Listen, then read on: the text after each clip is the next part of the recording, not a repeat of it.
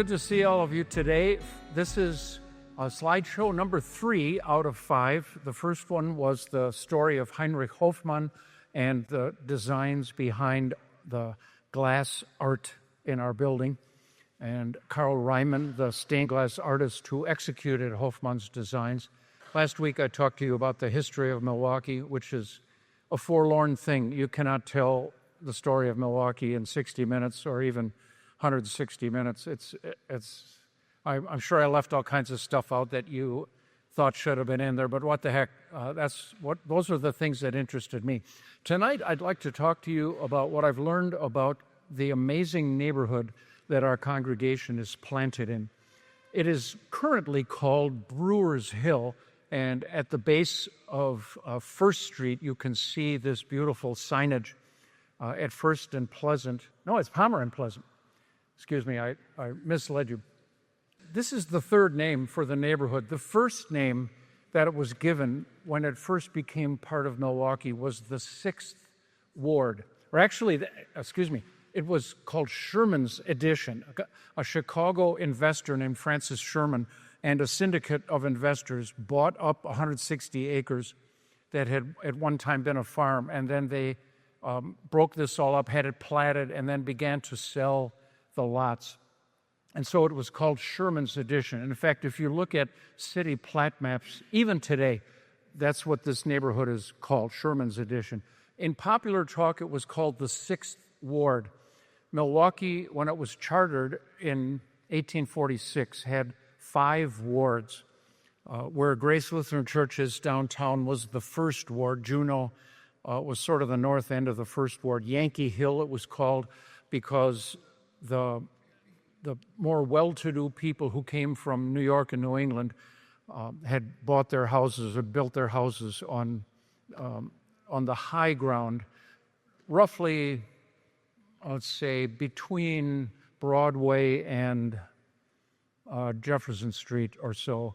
And then from Wisconsin Avenue, it was called Wisconsin Street back then, up till about Juneau, which was called Division Street back then. That rough box was called Yankee Hill. Everything south of there was the 3rd Ward, although the south end of that was swamp, and it was going to be a while before that was all filled in. On the other side of the river, Kilburn Town, the area around where the Big Taco is today, I call it the Big Taco, the Pfizer Forum where the Bucks play, that was the 2nd Ward. That was the focal point for the Germans who were pouring into Milwaukee after the 1840s. What started in a trickle became a flood. And then south of there was the 4th Ward, Wisconsin Avenue, and the non-German Protestants, although that's where Marquette University ended up, so there were plenty of Catholics around there too. So it is now called Brewers Hill, and that term goes back to the early 80s, when there was big talk about the state turning the defunct Trostel Tannery into a prison. And there were a few hardy pioneers in Sherman's Addition in the 6th Ward who got very alarmed that they had sunk all of their equity into these buildings that they were trying to rehab. Beautiful old homes, but almost everyone was a wreck. They were disappearing every year, one by one, either to being bulldozed or to arson or fire by neglect. And in the early 80s, you started seeing signs posted in people's windows, "No prison on Brewers Hill." And that was shorthand for they strenuously opposed putting a state prison in what was supposed to be, or so close to what was supposed to be, a residential neighborhood. And the name stuck. Here is a rough outline of it. This is currently off of the Brewers Hill website. Originally, Brewers Hill only went as far as Hubbard Street, and so most of what I'm telling you tonight is going to be from Hubbard Street. This is Hubbard right here. This, I'm supposed to fit in with the city maps. They added these last 2 blocks. There's not too much of major interest to me along Holden Street right here, so I'm going to leave most of that out. Mostly what I'm going to talk to you about, this whole big wad, about 37 blocks, is almost completely housing. And then there's a lot of interesting stuff on the periphery. And I'm going to start with that first, and I'll end with the housing. This used to be called 3rd Street. About 30 years ago, it was renamed Dr. Martin Luther King Drive. This used to be known as Walnut Street. Walnut used to start here. But somehow the people who lived here got the city to change these 3 blocks to be called Pleasant Street, because this was the Pleasant Street Bridge, and here is Pleasant Street on the east side. And I think they were trying to distinguish themselves from the fact that Brewers Hill over the years had become a slum. When I got here to St. Marcus in 1980, it was still going down. It had not hit bottom yet. I would say it hit bottom, because I was here every day, of course. I would say it hit bottom about 1985. This was Milwaukee's armpit. Nobody wanted to live here. The capital and people were fleeing, and not just white folks, black folks who could afford to leave did so. Nobody wanted to live here. Here is a plat map from 1856. Here is North Avenue, and I think you might have a clue why it was called North Avenue. This was the northern limits of the city. There was nothing built much farther beyond this except a few random cabins. The plat maps in 1856 stopped at Hubbard Street. This was all just pasture land for animals. And notice over here, Byron Kilburn owned this chunk. We'll come back to that later. This is the Milwaukee River, and the river now just looks like one continuous stream. Back in the 1850s, there was a big island here, another big island here, and then I'll give you an advanced tip. This is the canal that Kilburn built, and then this is the Beer Line Railway, the La Crosse and Milwaukee. The La Crosse in Milwaukee was financed by Alexander Mitchell, Milwaukee's or Wisconsin's wealthiest person. If you are blessed enough to know someone who has a membership at the in his mansion club, the Wisconsin Club on about 9th and Wisconsin, I hope you go in there and look around and just see, when money is no object, what a beautiful place you can buy. In fact, if you must, pretend that you're interested in a membership and ask to get a tour. They'll do that for you, I'm sure. As you can see from 1856, here is St. Marcus's block. There's almost nothing there. This building right here didn't last very long, and you are sitting right here right now. In 1856, this was all vacant. Don't be fooled by the plat map. Just because somebody drew lines on a piece of paper doesn't mean anything exists there yet. First, the city had to go through and grade the streets. There were no utilities back then. In 1856, there was no electricity, there was no water, there was no water delivery to people's homes, and there were no sewers. So if you built a house, you better drill a well, because that's the only way you're going to get water. And you better dig a pit and build an outhouse, because that's the only way anybody's going to be able to go to the bathroom at your house. There was zero electricity. Better stock up on some kerosene to light your lamps at night. So the history of Brewers Hill in 9 chapters. Chapter 1, the water power. You know who that is? Byron Kilburn.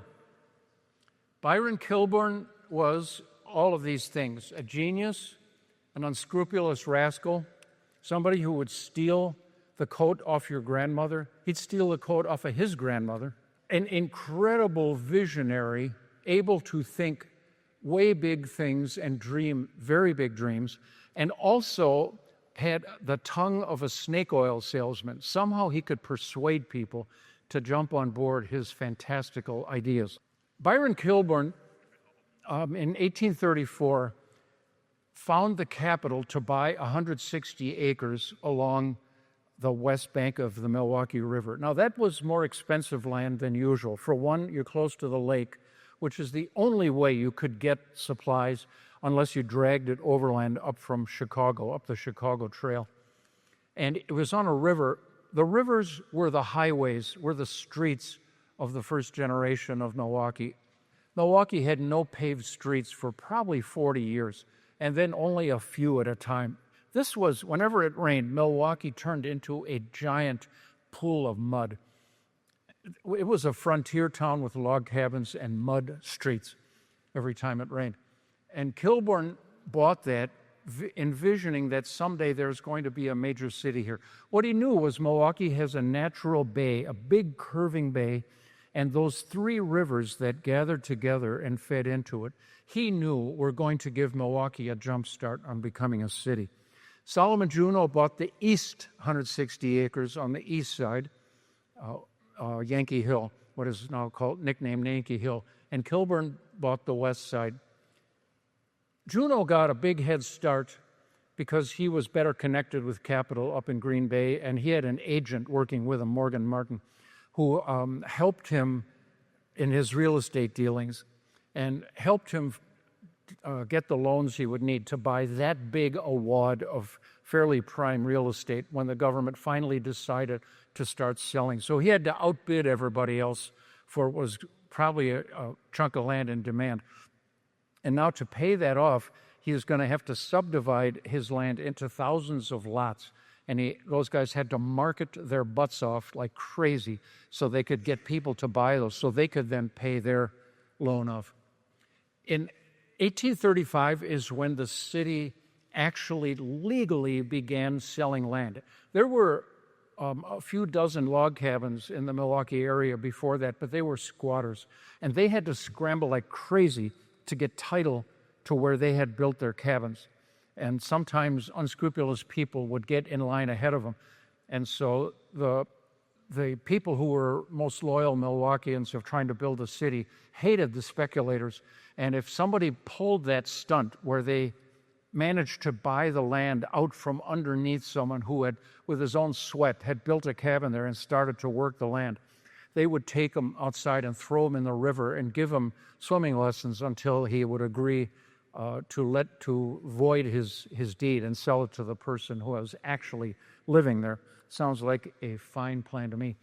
4 years later, somehow in 1839, think about it, with just a bunch of log cabins and mud streets, Kilbourne conceives the idea that Milwaukee is going to be the Buffalo of the Midwest. It's going to become the terminus of a canal that is going to link the Great Lakes with the Mississippi River. That's a big dream. That's a really big dream. That's a crazy dream. Kilbourne believed it.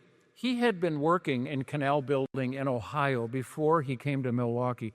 I got a hunch he took a pilgrimage out east and had a look at the Erie Canal, which was finished in 1825, revolutionized the entire northeastern United States because now there was an actual way to move people and goods across the mountains in New York and get from Albany to Lake Ontario. Suddenly, there was now a transportation link between the Atlantic Ocean and the Great Lakes chain.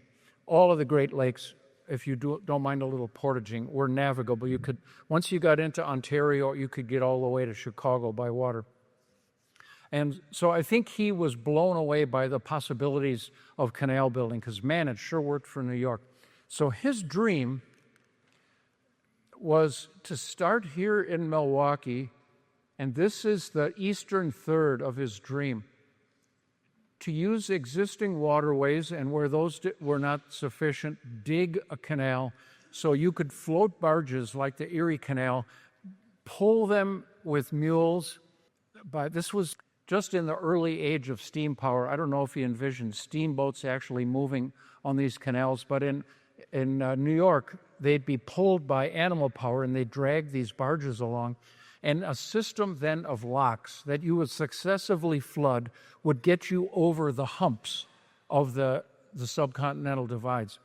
So this is the big problem that Kilbourne faced. Here on 124th Street is the subcontinental ridge that divides the watershed. All the rainfall that falls east of there flows into the Great Lakes. All the water west of there, if those of you who live in Waukesha County and your recent efforts to tap into our water, that was snotty. We're happy to share, sort of. This water drains drains to the Mississippi and out the Gulf. So Kilburn actually thought he would pull this off. This map is from 1840. Look at the size of the city. There's only plats in Juneau Town and Kilburn Town. You know, there's nothing down here. It's because there wasn't anything yet. Last week I reminded you that George Walker, the tubby Virginian who bought all that land, could not get clear title for 10 years. And so he had a bunch of squatters living on his land, and it took him 10 years to work through all of that until he was able legally to plat his holdings and then start to sell the lots one by one. So in 1840, this is what the city looked like. But notice where his drawing shows the canal beginning. Here, where the Milwaukee and Menominee rivers diverge. But actually, where Kilburn started digging was up here. This right here is North Avenue. By the way, this checkerboard, you know what these checkerboard squares are? Townships. Every one as predictable as can be, 6 miles by 6 miles. Every township was exactly 36 miles square. And here's where he started digging. Why would you do that? Why would you, with human muscle power and mules, why would you dig around here when you should start here? Because you had the water here already. So we're going to find out. He actually built a huge mill race. Imagine you're standing on the east side looking at Brewers Hill. Here's the North Avenue Dam. It's since been opened up to promote a freer flowing river, but there's a 4-foot rapids, a 4-foot drop right here.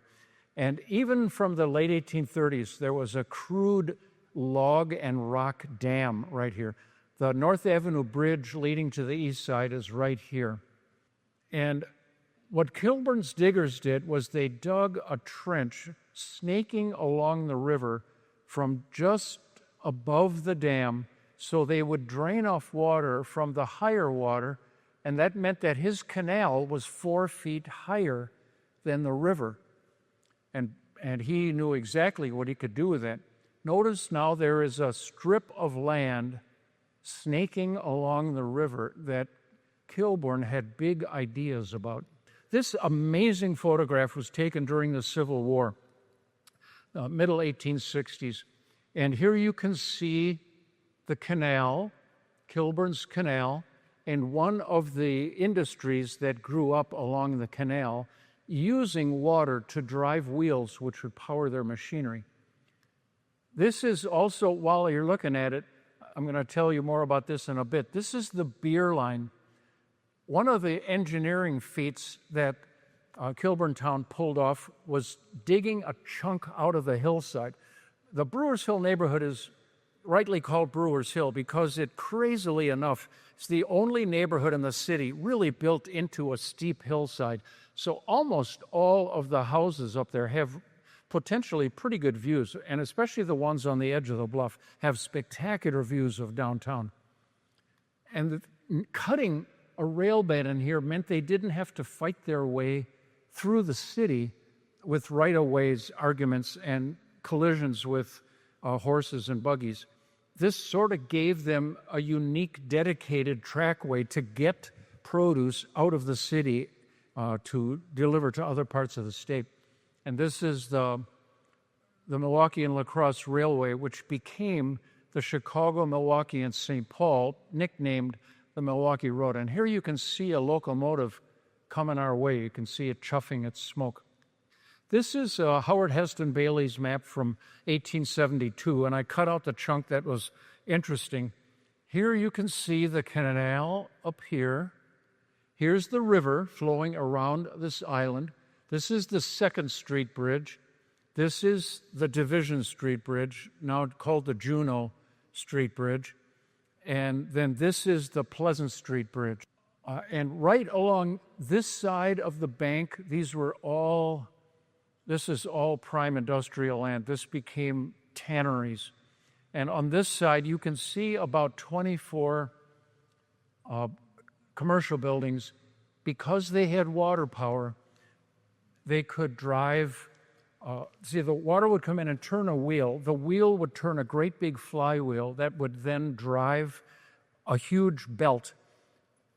There was like a shaft running across the ceiling of their shop, and they would attach leather belts to that and hook them up. You could flip them on and then hook it up to your machine, and it would drive your machine. So for grain milling, it was awesome. 3 grain mills started up almost immediately because Wisconsin grew a lot of grain, a lot of wheat back then.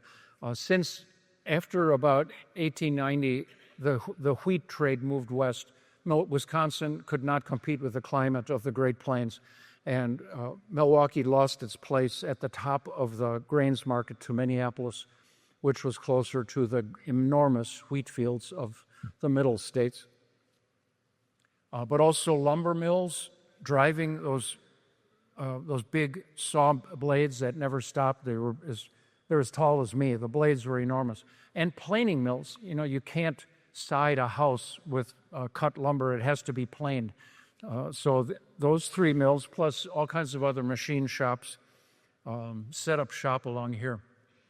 Eventually, I'd say probably after about 10 or 15 years, the water-driven wheels became obsolete and steam became the driver of those factories. Chapter 2, the Riverside Industries. Here's the Eagle flour mill, an enormous building. They had what are called 5 run of stone. 5 gigantic stone mills were grinding 8 or 10 hours a day. There were 3 of these right along the river on the Brewers Hill side of the river. Another one on the other side of the river, and there were a couple more big mills. Ultimately, Milwaukee had 7 huge mills, 5 gigantic elevators, and 7 mills going at it round the clock. This is now, we're several decades later, and you can see that these areas were just too constricted, and one by one, these old industry buildings were torn down. And here is what used to be prime real estate for the water power, but you can see the buildings were flattened, and now they're just turning into dumping grounds for coal. Here you can see the beer line cut through here. We're standing up on the top of the bluff, but these businesses endured for quite a while. This is the Galloon Tannery. Albert F. Galloon was one of the big tanners in Milwaukee. The Germans understood that enough Germans came over who knew that business, and Milwaukee was a natural gathering point for collecting hides from Wisconsin's farmers. And there was a concentration, which meant all the raw materials would funnel together. The bark needed to extract tannin, which was the chemical you need to turn a hide into usable leather. On our side of the river was the Albert Trostel Tannery. These are all Germans. I think all the tanneries were operated by Germans. There's, looking at the Trostel Tannery from the east side across the river, and all these piles of lumber were from the Schrader Lumberyard. This, by the way, this is the out-of-business shell that was sitting vacant and that in the early 80s the state of Wisconsin tried to turn into a prison, and it's what galvanized the neighbors to organize and shriek and protest at the top of their lungs, talking the state out of it. By 1884, it was really obvious that that canal was of no use to anybody. It was just a danger. And so it was filled in and paved over. And it is now a street, and that street is called... Canal Street. What? Canal Street. No, good guess, but wrong. It should be called Canal Street if this were New Orleans. Commerce Street. It's called Commerce Street because they wanted to have lots of business there. Here you can see a train coming through. Here's one of the mills. Here is Commerce Street looking west. And up here you can see a string of freight cars still moving along the beer line. The beer line is gone, the tracks are gone, but the shelf is still there. As you can see, all of the early buildings that were built here are all gone. It's turning into just a wasteland, a place to dump piles of coal and salt, stack up lumber here and there. Ironically, one of the early businesses was run by an engineer named Edward P. Alice, who knew right away he had run out of room. And he, once land became available and he could buy it on the south side, he bought a huge tract of land along First Street, around First in Greenfield. And he loaded all his machinery onto barges and floated it down the river, and then dragged all the machinery up and set up what became an enormous shop. The E.P. Alice Company is one of the ancestors of the largest factory in the state of Wisconsin that it's ever known, called Alice Chalmers. But E.P. Alice was the granddaddy of them all, a brilliant engineer. He designed and built gigantic engines that would take the energy of steam, whatever fuel you were running, and turn it into reciprocal or rotary usefulness. Here now is just being up on the Holton Street Bridge, looking eastward. Here's the beer line. Here is what used to be the canal. Now it's Commerce Street. This useful strip of industrial land is now nothing. This is standing up on the bluff looking southwestward. Here's the Holton Street Bridge, the old bridge. Holton Bridge is way up high, goes from one bluff to another bluff. And the Pleasant Street Bridge, if you're coming to my house, that bridge is real low, but this one's way up high, much more expensive to build. And there's already 2 more bridges that have succeeded it, because I think there's a lot more stresses. Do you know what these heavenly trumpets are? Those are the exhaust stacks from the Commerce Street power plant. Here you can see it sideways. That generated electricity to run the streetcars in Milwaukee, which after 1893 were electrified. They were horse-drawn up till then. Starting in 1893, poles and buildings were used to string up a web of wires that the cars could have their pole attached to and get the power to run. All that power came from this power station. And those huge stacks, each one's connected to a boiler that would be fired up, and those boilers drove turbines that would then generate electricity. Many of you have been in that building, perhaps without noticing it. Do you recognize it? It is. You get an extra beer tonight, Jody, for spotting that. This is the Lakefront Brewery. Yes, it is, right here, ladies and gentlemen. They don't need the gigantic smokestacks anymore. Here is what the dam would have looked like in about 1910. What's really interesting is the North Avenue Dam, gone now, demarcated the 2 halves of the river. This half is the polluted, toxic half. Nobody went in there. If you swam in there, it was at your own risk. You probably would be acid scarred. The river was a toilet, was the toilet of the city. Industrial waste got dumped in there with any concern whatsoever. Chemicals, animal carcasses, animal waste. Think of where people went with all of that animal manure. Think with draft animals pulling all the vehicles around town. You had to go somewhere with it. They just threw it in the river. Not to mention human waste and farm runoff. The lower river was a sewer. It's also stank to high heaven. Every couple of months, the newspapers back in the 1860s would write scathing editorials of how the river stank and was driving away tourism. The upper river, though, above the dam, was considered clean, and it was used for a whole bunch of better uses than just flushing out the sewage of the city.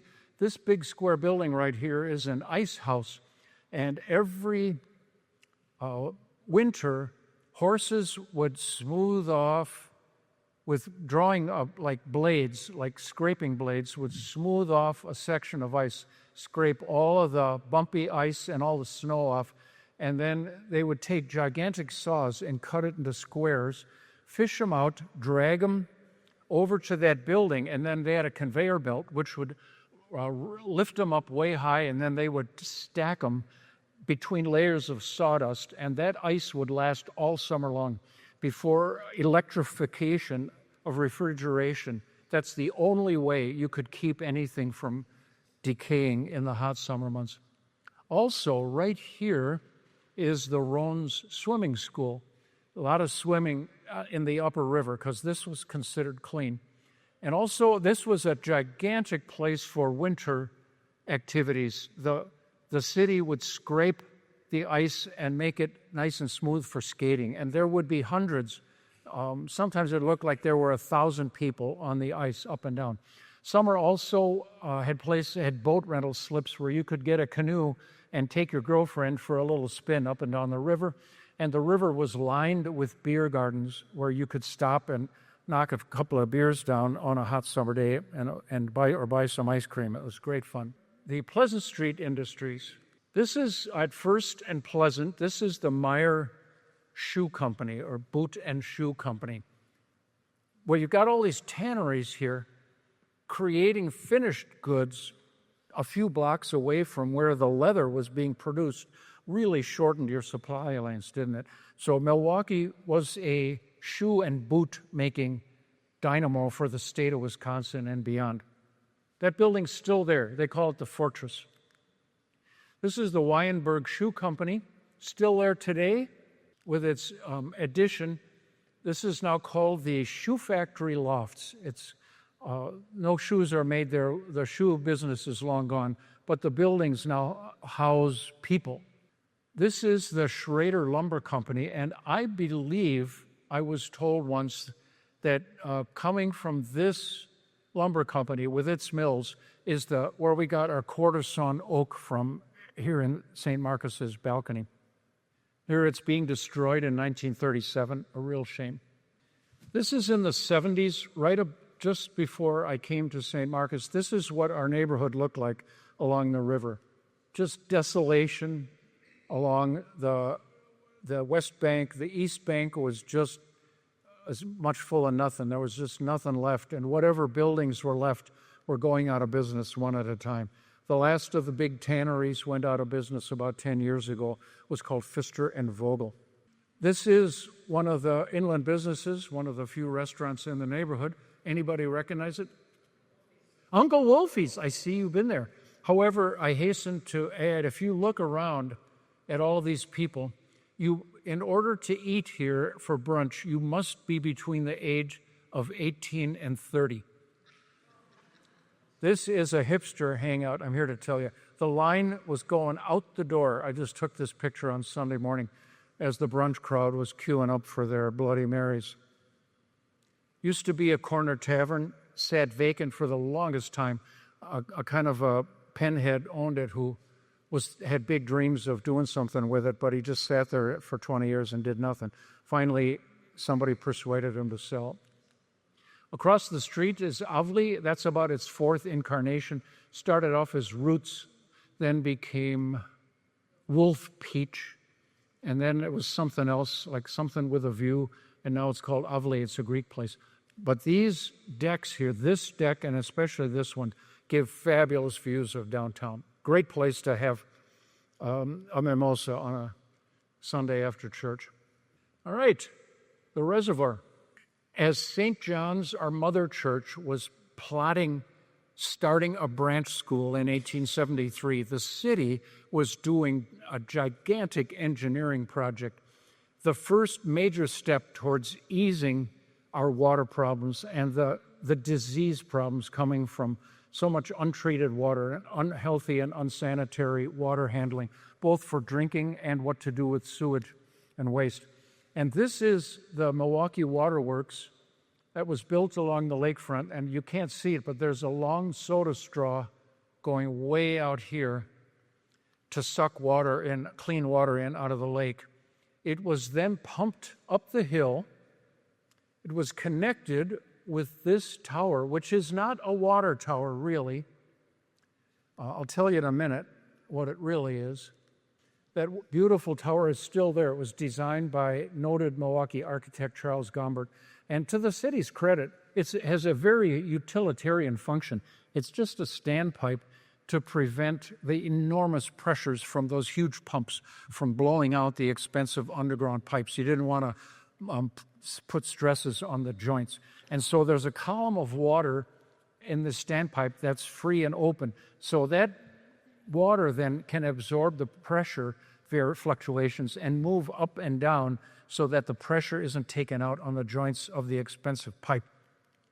And then here's where it ended up. This is the Milwaukee Reservoir, built on land that Byron Kilburn donated. It was enormous. In fact, even today, it is 10 times the capacity of the biggest water tower in southeastern Wisconsin. 3.5 acres. Here was the filling of it in 1873. You can see it's lined with stone. It was open. This looks almost like it's as big as a lake, like a vacation lake, doesn't it? It was huge. It lasted till about 2007 or so. And finally, the repairs and maintenance needed would have been prohibitively expensive. It was decommissioned, and all of the uses that it served have now been connected to the standard city water system. And it has since then been drained, and it's been turned into a community park now. It's called Kilburn Park. This is North Avenue down here, and this, I think, is Meineke up here. And it's a nice place to take a hike, get a fabulous view of the city from up here on top. Joseph Schlitz started working for a guy named August Krug in 1849. That brewery was located in what essentially was Brewery Town, Juneau Avenue. At least a dozen breweries got their starts along Juneau Avenue. And he worked for August Krug's on 4th Street, which would have been less than a block north. About a block or less north from St. John's on 4th and Highland, which is our mother church. So it was very close. The Germans wanted to have their beer made nice and close. And Krug died, and Joseph Schlitz married the widow, which means he now had controlling interest in the stock. It's always a good idea if you're young and are penniless but smart and ambitious, always marry the widow of the woman whose husband used to own the business, because then you can take the business over. He modestly renamed the Krug Brewery the Joseph Schlitz Brewery. But he didn't last long. He died on a transatlantic voyage in 1875. But he did a lot of stuff up till that time, and now his nephews, 4 of them here, the middle guy in the back row and the 3 guys in front are his 4 nephews, and they inherited it and swore to Widow Krug and now Widow Schlitz they would carry on Joseph's vision and dream. And the Eline brothers became dominant and drove the brewery forward. They were phenomenal marketers, just like Joseph Schlitz was. They were astute business people and very ambitious, had great big ideas. Just to give you one example of something Joseph Schlitz did, in 1871, when the Great Chicago Fire happened, Schlitz saw a business opportunity in Chicago's misery. So guess what he did? He didn't load up railroad cars full of beer to go to sell to the Chicagoans. What did he do? He gave it to the Chicagoans. He drove one boxcar after another of cold beer down to Chicago and gave it away.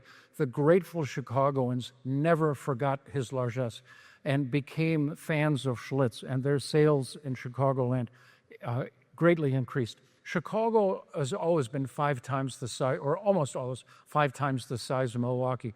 They're brewing, and they had as many Germans as we did, and they should have had 5 times as many breweries, and their breweries should have been 5 times as big.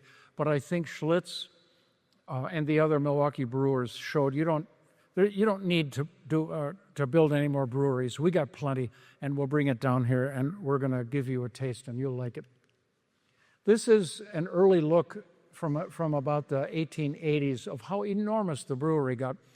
Joseph Schlitz moved it from 4th and Highland and moved it over to 3rd and Walnut and sort of sprawled over both sides of Walnut Street and all the way down to the river. So he now had a rail link on the Beer Line Railroad and a river link. He could bring in grain for his elevators by water. They could come up the river, and he could ship his beer out by water and also by train.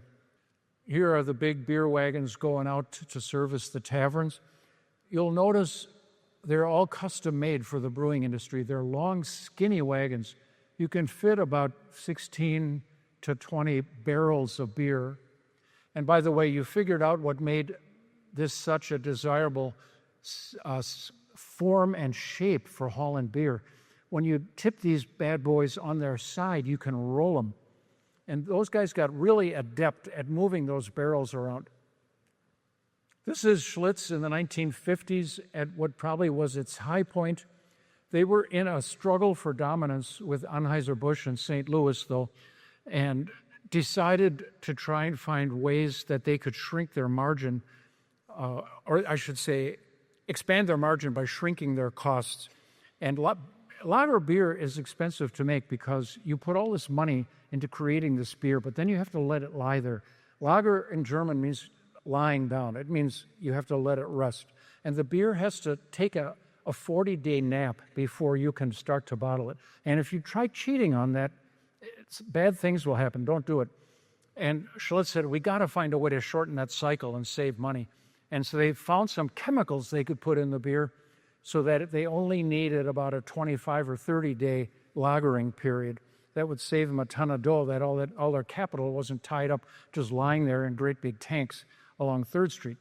Well, the problem is that those chemicals made the beer cloudy, and beer drinkers did not like cloudy beer. I guess they'll drink hazy beers today, but back in the 60s, nobody wanted cloud in their beer, so they had to add more chemicals to get rid of the cloudiness. All of this was a big gamble that the beer drinkers of the world, and especially Milwaukee, were too stupid to know that their beer was majorly being tampered with. But they figured it out. People have better taste buds than was thought. And Schlitz sales began to tank. In the 70s, the company was in extreme financial distress. However, I got one more slide. These are the gigantic elevators along the river where Schlitz would have their barley and malt brought in, load them into those huge towers. In 1981, Local 9 did not like the offer the company had made and went on strike to teach the company a lesson about being too cheap. The directors said, that's the last straw, we're out. And they sold the brewery to Stroh's of Detroit and simply locked the union out, shuttered all the buildings, and said, you're all fired, go away. And the joke was on Stroh. I was mad for a while, but then that proved to be too big for them to digest. And with all of that debt load from buying this brewery, Stroh's went out of business too. Schlitz beer still exists. It's made by Formula, ironically owned by Pabst, which no longer brews its own beer either. What's left of the Pabst Brewing Company is a holding company that owns the rights to make all these different beers, but they contract them all out. 4 years later, in 1985, Pabst Brewing ceased brewing operations in Milwaukee also. A river rat named Paul Kalmanovitz bought it and shut it down. I still have not forgiven him for that. However, there is a happy-ish ending to the story.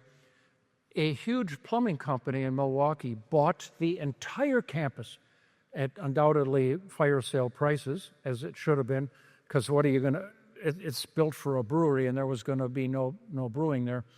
But the Grunau company, one by one, has been restoring all the buildings worth restoring, and all the ones that did not fit into their master plan were demolished.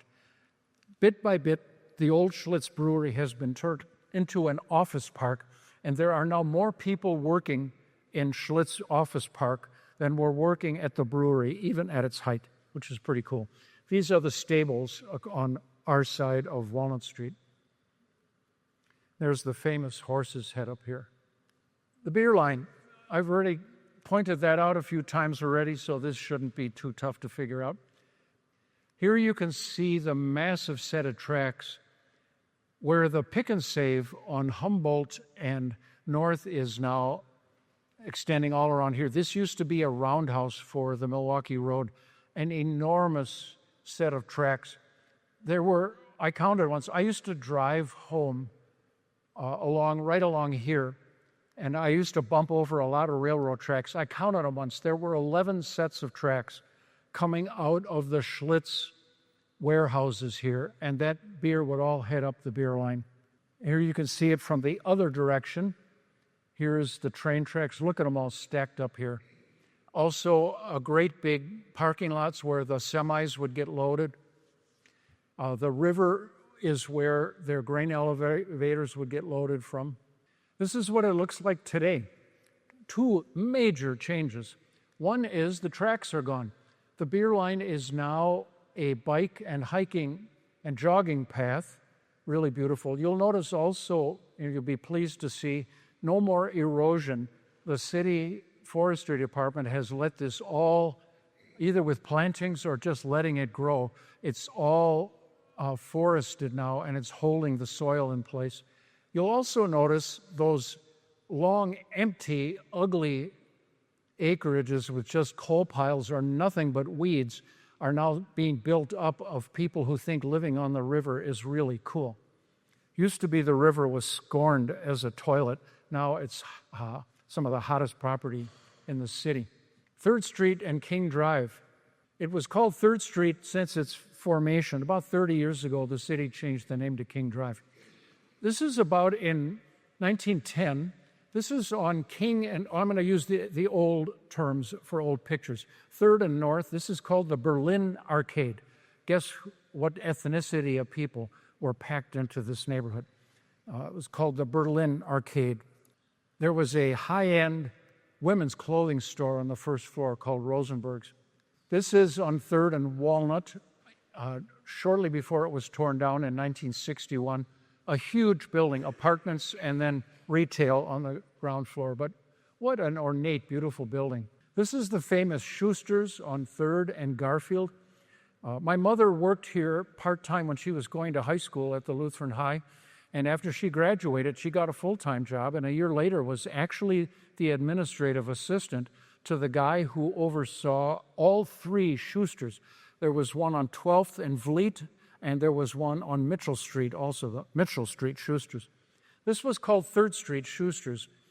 3rd Street from Wisconsin Avenue all the way to where it becomes Green Bay Avenue and then up to Capitol was completely lined on both sides of the street by either theaters or retail stores. It was the biggest retail development in the state of Wisconsin next to Wisconsin Avenue itself.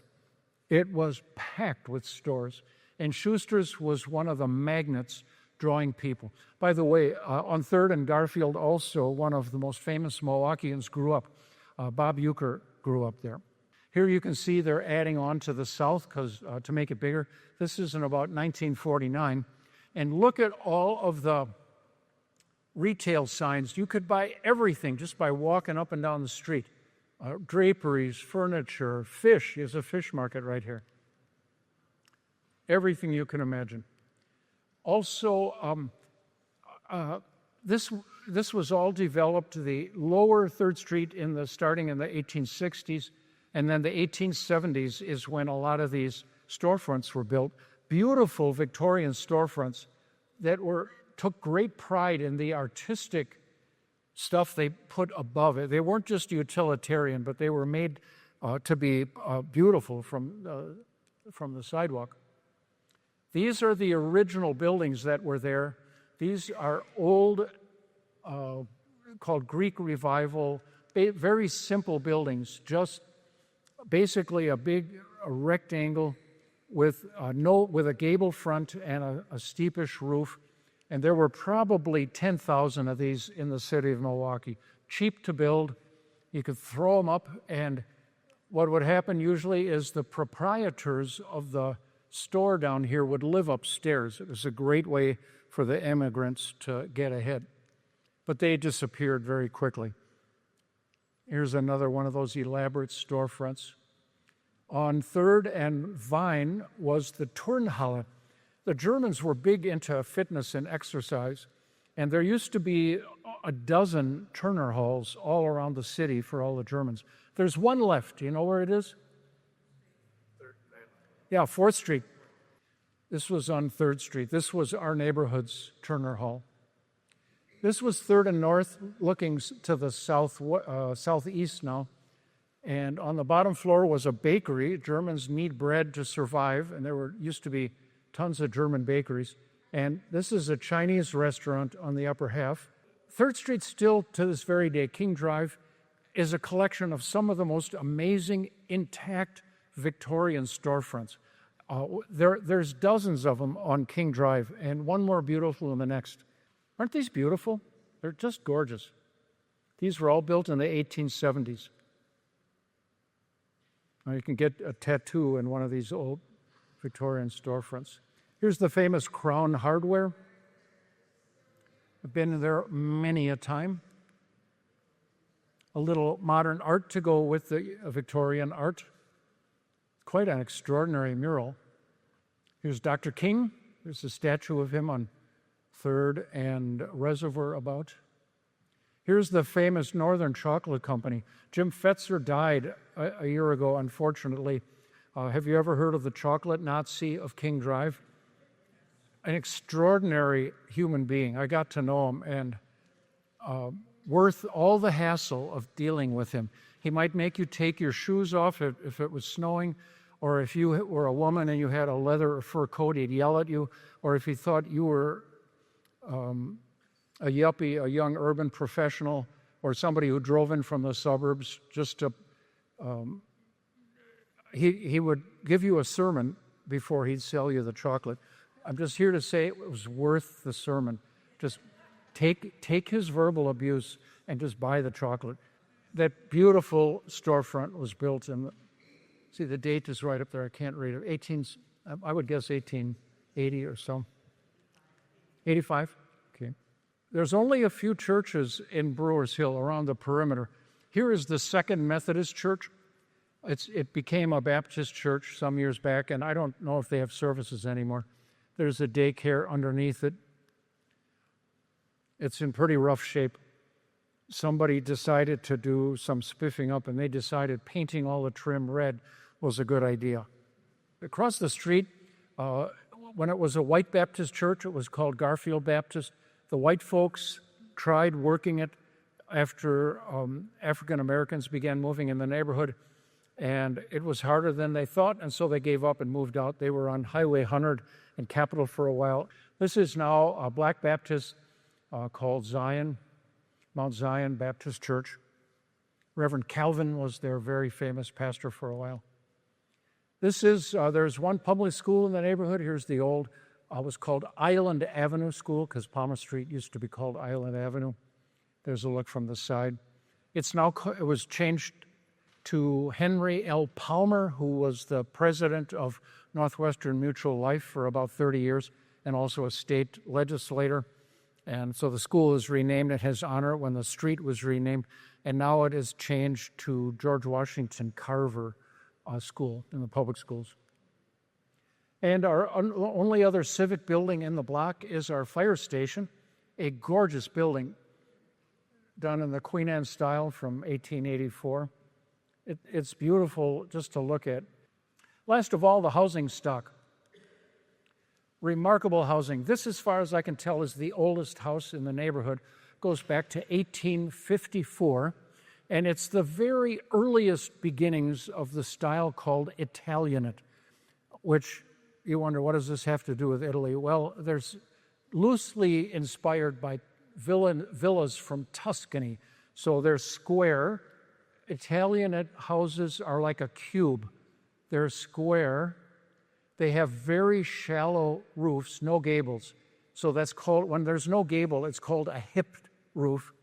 They often would have it's called a belvedere, or a little square pillbox on top where you could have a cigar and look out on the neighborhood. Usually very elaborate, heavy window brackets or window trim above and underneath the windows. The windows were tall. And this, at one time, was Cream City brick, but people got tired of it and painted it red. They admired the Indiana red brick and then got sick of that too. So 2/3 of the red paint has washed off of this. It's a really interesting house. This is Mary Eastwood's house across the street, 1855. I love her house. I think it is a spectacular, beautiful design. Those tall, skinny windows, big, heavy hoods over the windows. The door treatment is very elegant with this. These are called lights, transom lights. Big, tall, second floor windows, big, heavy eaves with brackets under the eaves, and then this little like pediment up here is just, I think, so elegant. It's a beautiful house. Here is the third oldest house. I always called it the BB Bell's house, and it was a dump. You can see the tar shingles nailed to the side because somebody got tired of painting. Built in 1858. This is after the city stabilized it. Ladies and gentlemen, this is Kyle Safranik's house. Let's give it up for Kyle. My hero. This is the house on the corner of Palmer and Vine. It was the only building on a wasteland. All the way down, you can see clear down to the Trostel Tannery. And this was from a newspaper article on Brewers Hill about how upset the neighbors were getting that the state wanted to build a prison in the Trostel Tannery. And I kept that clipping. So this is a Milwaukee Journal, like a big spread article. And that house is still standing. It was built in 1872. Here's what it looks like now, though. Isn't it? What a spectacular difference. It's also part of a neighborhood now. 2 old houses have been moved in to make it more like a neighborhood. And instead of being just a barren wasteland, it is now a cozy, beautiful street. This is called the Caspar Sanger House. Caspar Sanger, along with his partner named Rockwell, operated the biggest millwork company in Milwaukee, Sanger Rockwell. They had an enormous catalog, huge factories sprawling over 2 continuous blocks, where they made everything you could imagine, window frames, casings, moldings of every kind for fitting out a house. And the place turned into just a neglected dump. This was taken in the 1970s when it very easily could have been demolished. A guy bought it who stabilized it, and now the guy who owns it has sunk a lot of work into it. He's been in that building now for almost 40 years, I think. His name's Steve Bielk. A mayor of Milwaukee, Mayor Joseph, lived in here, who was mayor in the 1870s. This is what it looks like today. Steve Bielk, who owns this, has a degree in botany, and he bought some of the vacant lots around him, and this is now called the Sanger House Gardens. And you can rent it for a wedding or a photo shoot or whatever else you want to do. This is 1830 North 2nd Street, back in the 70s. Most of the houses in Brewers Hill in the 1970s looked like this. The neighborhood was an armpit. I really mean it. It was an armpit. Every year, houses would get either bulldozed or burnt down. We were losing them. I thought pretty soon St. Marcus is going to be an island with nothing around us. All the houses will be gone. I saw nothing changing that was going to stop that. And now, here's what it looks like today. Isn't that just amazing? This is the house next door, 1834 North 2nd Street. There it is today. Drive up and down the neighborhood. It's now a museum of Victorian housing design. The trees are now mature. We've got beautiful shade trees. The neighborhood has really become beautiful. This is the Cease House, built in 1882.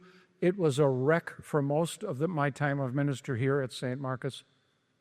There it is today, 1843 North Palmer. Stunning house, just stunning. A little bit of San Francisco. Somebody likes color. And here's an interesting thing. This, if you'd stand on Hubbard and about Reservoir or so, or Hubbard and Brown, and look north, this is what you'd see. And the irony is that picture was taken in 1923. Some parts of Brewers Hill simply have not changed. But the great thing is owner-occupiers are moving back in, and that's nothing but good news. It means that the crime rates and violence in our neighborhood have been steadily dropping over the years.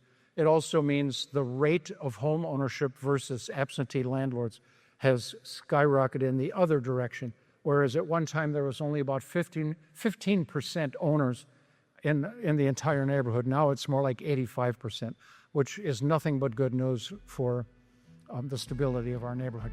This is Brewers Hill, ladies and gentlemen. Thank you very much.